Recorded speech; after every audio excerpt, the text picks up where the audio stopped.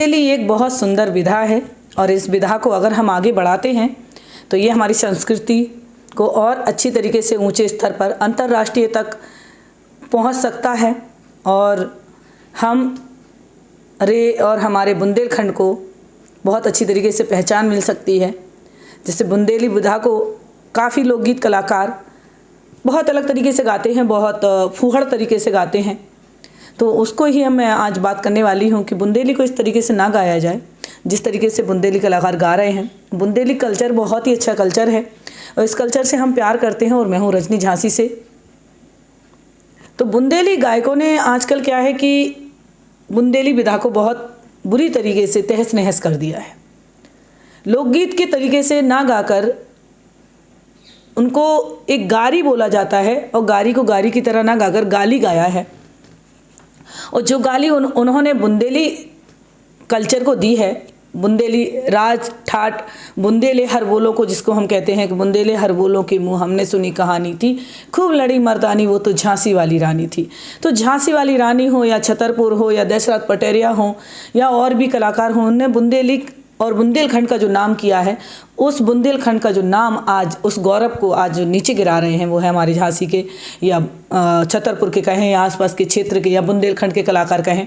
ये सभी भाषाओं में लेके गाली को जो उनका बात करने का तरीका होता है या बातचीत जैसे शब्दों का उच्चारण करते हैं या घाघरा चोली नैना, इस तरीके से जो फूहड़ता लोकगीत में दर्शा रहे हैं वो अशोभनीय है और इसमें रोक लगनी चाहिए। और कुछ अभी बुंदेली कलाकारों ने अभी एक बहुत अच्छी विधा गाई है और उस विधा में मुझे बहुत अच्छा लगा, इसलिए मेरा मन करा कि मैं इस पर वीडियो बनाकर आप तक पहुंचाऊं।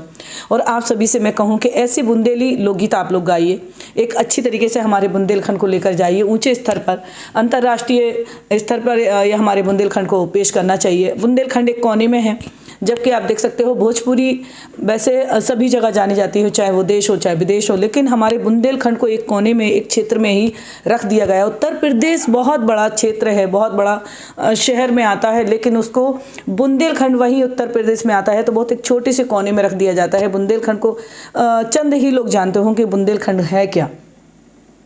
लेकिन अगर हम बात करते हैं रानी लक्ष्मीबाई की तो बुंदेलखंड को पहचान मिलती है। अगर हमारी रानी लक्ष्मीबाई वो तलवार लेकर अगर अंग्रेजों को भगा सकती हैं तो क्या हम अपनी भाषा से, अपने गीतों के जरिए, अपने बुंदेलखंड के जो गीत हैं उनके जरिए क्या हम अच्छी भाषा, ऐसी भाषा पेश नहीं कर सकते जिसे हम अपने बच्चों के साथ बैठकर देख सकें, अपने भाई के साथ बैठकर सुन सकें, अपने माँ बहन के साथ बैठकर सुन सकें या देख सकें। जब लोकगीत होते हैं तो पता है उस मंच के पास में उसके भाई बहन परिवार के पिता वगैरह होते हैं तो कहते लोकगीत शुरू हो गए, चलो घर छोड़ गए हैं। तो ऐसा नहीं होना चाहिए कि वहाँ से माँ बहनों को हटा दिया जाता है। भाई आप भी किसी की माँ बहन है और इस तरीके के गंदे लोकगीत आप गाएंगी तो लोकगीत की जो फूहड़ता है, अभी सभी कहते हैं कि बुंदेलखंड नहीं आता था उस गंदगी में जो गंदगी में परोस दी गई है आज कुछ कलाकारों ने। और उन कलाकारों से मैं निवेदन करती हूँ कि इस तरीके से आप लोकगीत मत गाओ। पैसा कमाओ, ठीक है, पैसा कमाना बुरी बात नहीं है, आपको आता है वही आप बुरी तरीके से गा रहे हैं, वही अच्छी तरीके से भी गा सकते हो। आपकी कलम में ऐसी ताकत है कि जहाँ ना पहुँचे रवि वहाँ पहुँचे कवि। तो अब एक कविकार जब इतने गंदे शब्द लिख सकता है तो वो अच्छे शब्द भी लिख सकता है। तो इन शब्दों को हमें बचकर थोड़ा सा आगे चलना चाहिए और बुंदेली विधा को बहुत आगे ले जाने की ज़रूरत है। हम ऐसे लोकगीत सुनते हैं तो लगता है कि क्यों हम बुंदेली गाएं, क्यों हम बुंदेली।